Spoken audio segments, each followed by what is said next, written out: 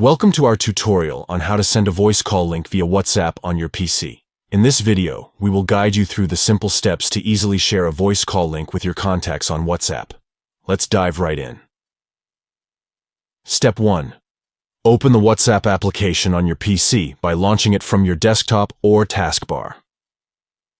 Step 2. Look for the Calls option, usually located on the left-hand side of the WhatsApp interface. Click on it. Step 3. Within the Calls section, you will find the option to Create Call Link. Go ahead and click on it. Step 4. After clicking on Create Call Link, you will see the option to Send Link via WhatsApp. Click on it. By following these simple steps, you can generate a voice call link and effortlessly share it with your contacts on WhatsApp. This feature allows you to initiate voice calls seamlessly and conveniently. Thank you for tuning in to our tutorial. If you found this information helpful, don't forget to give this video a thumbs up and subscribe to our channel for more useful tutorials. Enjoy hassle-free voice calling on WhatsApp.